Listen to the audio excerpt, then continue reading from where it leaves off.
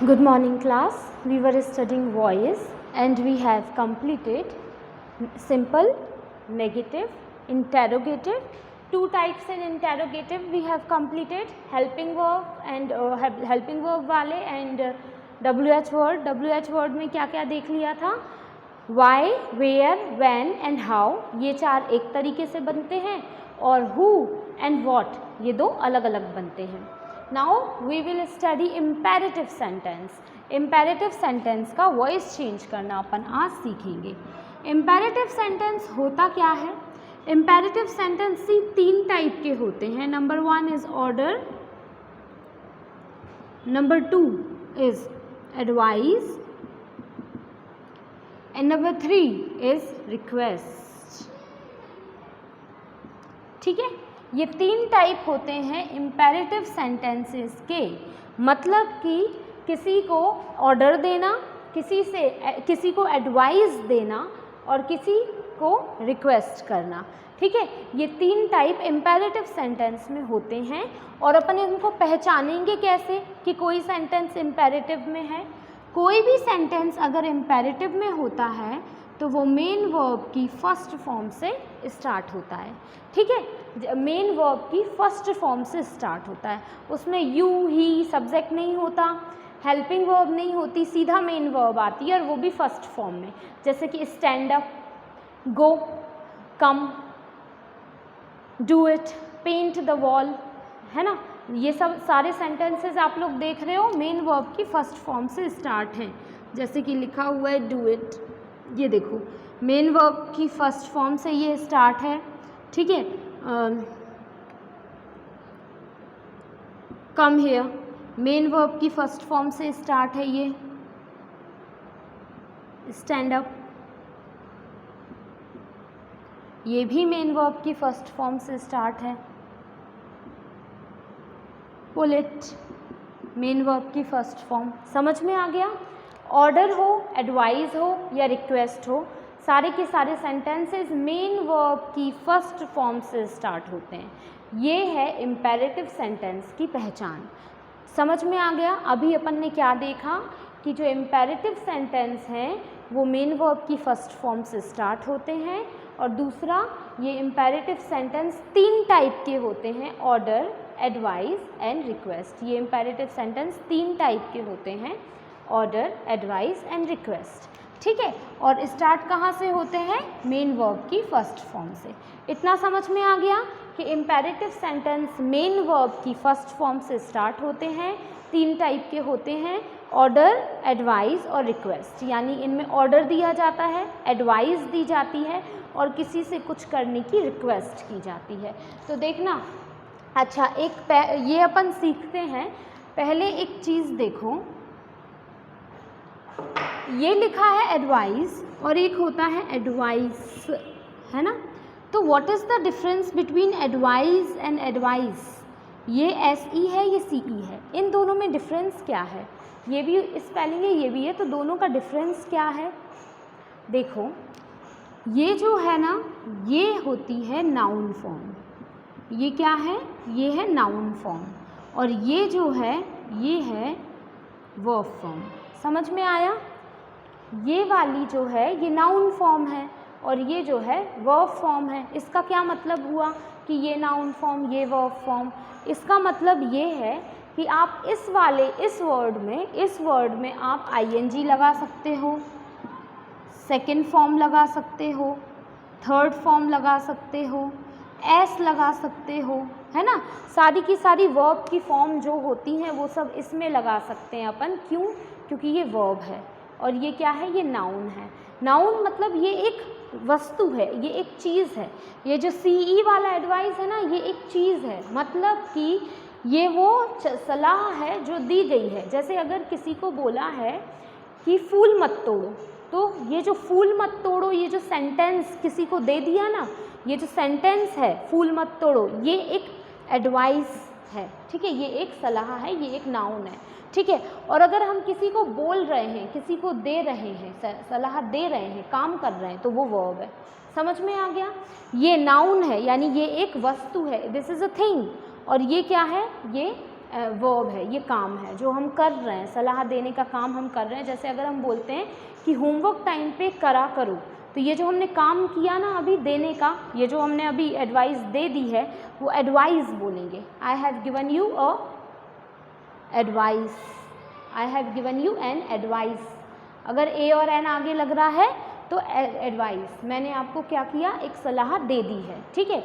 और अगर हम बोल रहे हैं कि मैं सलाह दे रही हूँ तो I am advising, ING, advising you, है ना। और I have given you an advice, समझ में आ गया ना। एडवाइस नाउन है, एडवाइस वर्ब फॉर्म है, ठीक है।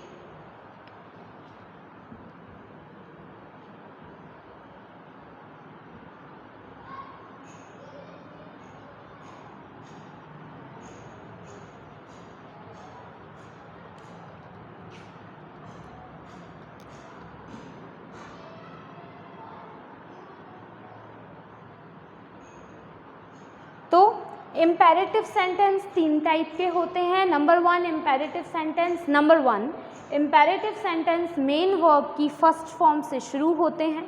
नंबर 2 इम्पेरेटिव सेंटेंस 3 टाइप के होते हैं, ऑर्डर, एडवाइस, रिक्वेस्ट। ऑर्डर, सबसे पहले अपन रिक्वेस्ट देख लेते हैं क्योंकि रिक्वेस्ट सबसे सरल है। रिक्वेस्ट सेंटेंस को पहचानना सबसे ज़्यादा ईजी है।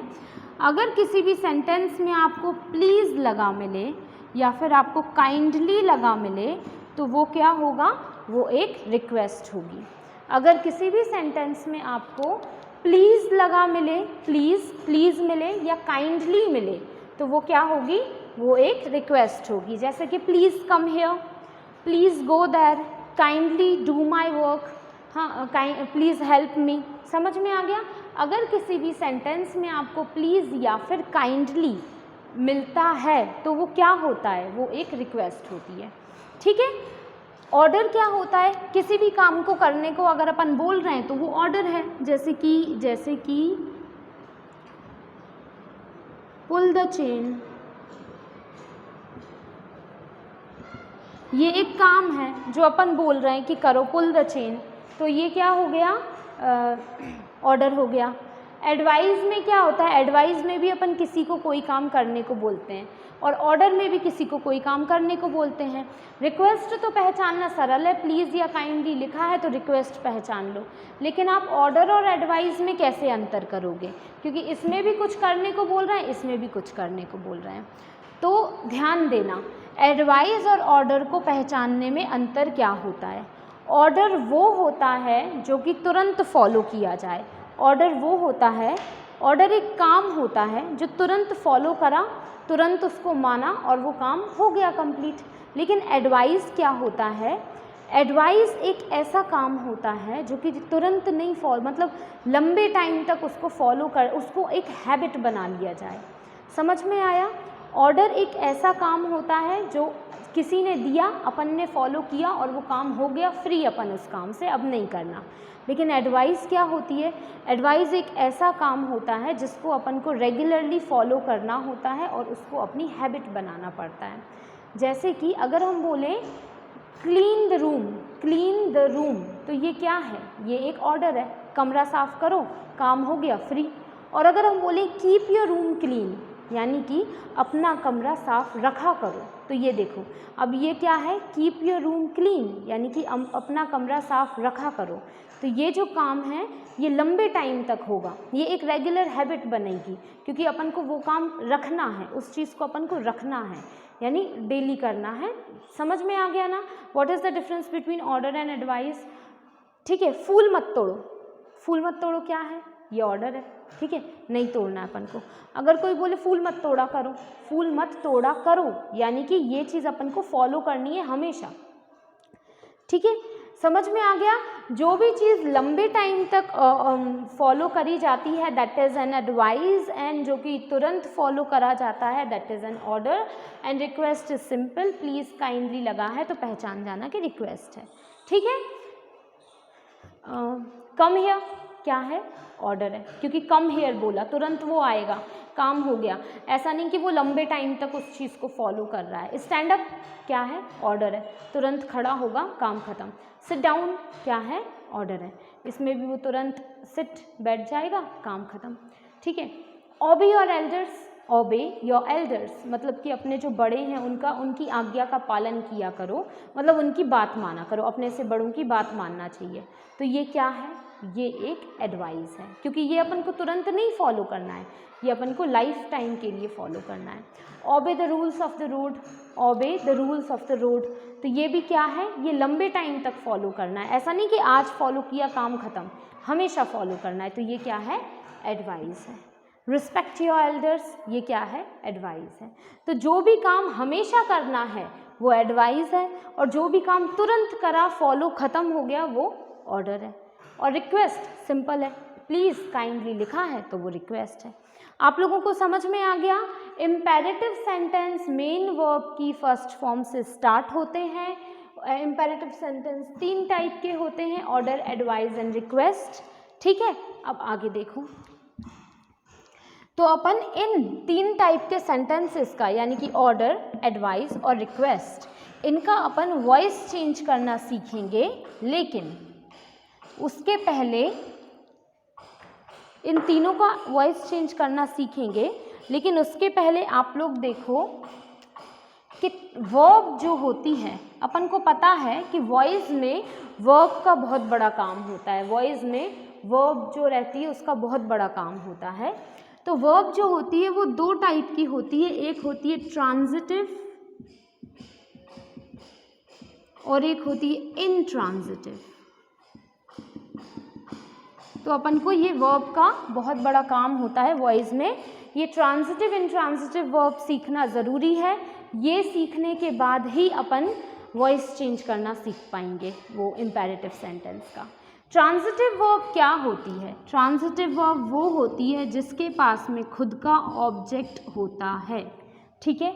ट्रांजिटिव वर्ब वो होती है जिसके पास में खुद का ऑब्जेक्ट होता है, और इनट्रांजिटिव वर्ब वो होती है जिसके पास में कोई भी ऑब्जेक्ट नहीं होता, ठीक है। समझ में आया। ट्रांजिटिव वर्ब वो होती है जिसमें खुद का ऑब्जेक्ट होता है, इनट्रांजिटिव वो होती है जिसमें ऑब्जेक्ट नहीं होता है। अब ये ऑब्जेक्ट क्या होता है ये देख लो। जो ऑब्जेक्ट होते हैं ना वो 2 टाइप के होते हैं। ऑब्जेक्ट मतलब कि अपन वर्ब से पूछो कि वो क्या, मतलब ऑब्जेक्ट मतलब जो काम अपन कर रहे होते हैं ना वो ऑब्जेक्ट है, जिस चीज़ के ऊपर अपन काम कर रहे होते हैं वो ऑब्जेक्ट है। जैसे कि अगर हम बोलें कि I am teaching English, I am teaching English, तो काम क्या कर रहे हैं हम, इसमें क्या वर्क क्या हो रहा है, वर्क क्या है, टीचिंग, टीचिंग का काम हो रहा है। अब किस चीज़ के ऊपर काम हो रहा है, इंग्लिश के ऊपर ना, इंग्लिश टीच कर रहे हैं, तो इंग्लिश क्या है, ऑब्जेक्ट है। समझ में आ गया ऑब्जेक्ट क्या होता है।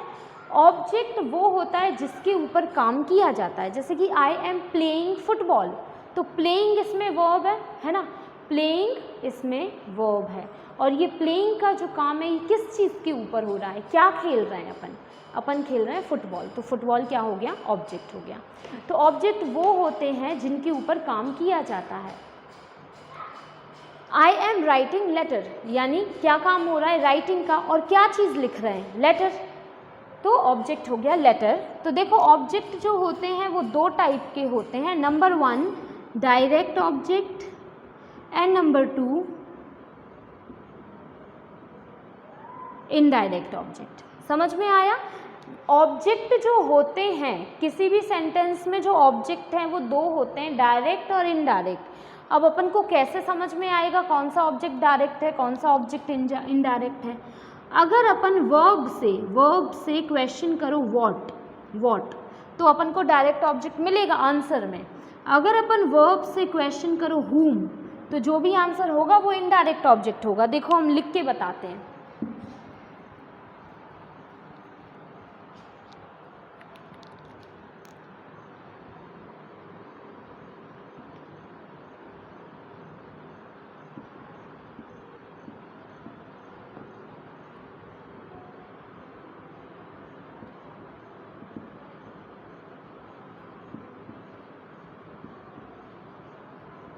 See, there are 2 sentences. I am hitting you, I am kicking the ball. अब यहाँ पे देखो हमने बताया कि ऑब्जेक्ट होते हैं 2 टाइप के, 1 is direct, other is indirect, ठीक है। तो डायरेक्ट ऑब्जेक्ट वो होता है जिसको व्हाट क्वेश्चन करो। वर्ब क्या है, सबसे पहले आप लोग वर्ब देखो, वर्ब है ये, सेंटेंस में वर्ब ये है हिटिंग। हिटिंग मतलब होता है मारना, ठीक है ना, तो मारना। अब इस हिटिंग से पूछो कि क्या हिट कर रहे हैं, हिटिंग से पूछते हैं अपन कि क्या हिट हो रहा है। देखो हिटिंग का काम हो रहा है ना, तो अपन पूछो क्या हिट कर रहे हैं, क्या हिट कर रहे हैं, क्या मार रहे हैं, क्या मार रहे हैं, या फिर पूछो किसको मार रहे हैं। मतलब ये दो क्वेश्चन अपन को पूछना है, या तो व्हाट या फिर हुम। व्हाट मतलब होता है क्या, हुम मतलब होता है किसको। तो इन दो क्वेश्चंस में से किसी का भी आंसर मिलता है ना, यानी वो ऑब्जेक्ट है, तो अपन पूछो कि क्या मार रहे हैं। देखो आई एम हिटिंग यू, मैं तुम्हें मार रहा हूँ। कौन मार रहा है, मैं मार रहा हूँ। कौन यानी सब्जेक्ट, क्या मार रहे हैं, क्या मार रहे हैं, बताओ क्या का कोई आंसर है इस सेंटेंस में, क्या का कोई आंसर है। आई एम हिटिंग यू, मैं तुम्हें मार रहा हूँ, मैं क्या मार रहा हूँ, नहीं है ना कोई आंसर, यानी इस सेंटेंस में डायरेक्ट ऑब्जेक्ट नहीं है। अब देखो कि किसको मार रहे हैं, हुम का हिंदी मीनिंग होता है किसको, तो बताओ किसको मार रहे हैं। आई एम हिटिंग यू, मैं तुम्हें मार रहा हूँ, किसको मार रहा हूँ, किसको मार रहा हूँ, तुम्हें मार रहा हूँ। तो देखो इसका आंसर मिल गया किसको का, यू, यानी कि ये है ऑब्जेक्ट, जो कैसा है ऑब्जेक्ट है, इनडायरेक्ट ऑब्जेक्ट है। समझ में आ गया। ऑब्जेक्ट दो टाइप के होते हैं, एक होता है डायरेक्ट, एक होता है इनडायरेक्ट। इनडायरेक्ट ऑब्जेक्ट वो होता है जिसका आंसर मिले व्हाट से, जैसे कि I am playing cricket, what am I playing, cricket, तो क्रिकेट क्या हो गया, direct object. He is singing a song, वो एक गाना गा रहा है, व्हाट इज़ ही सिंगिंग, क्या गा रहा है, सॉन्ग, सॉन्ग क्या हो गया, direct object. I am teaching English, I am teaching English, तो यहाँ पे व्हाट एम आई टीचिंग, क्या पढ़ा रहे हैं, इंग्लिश, इंग्लिश क्या हो गया, डायरेक्ट ऑब्जेक्ट हो गया। समझ में आ गया। जिन जिन अब मतलब सेंटेंस में जो भी वर्ड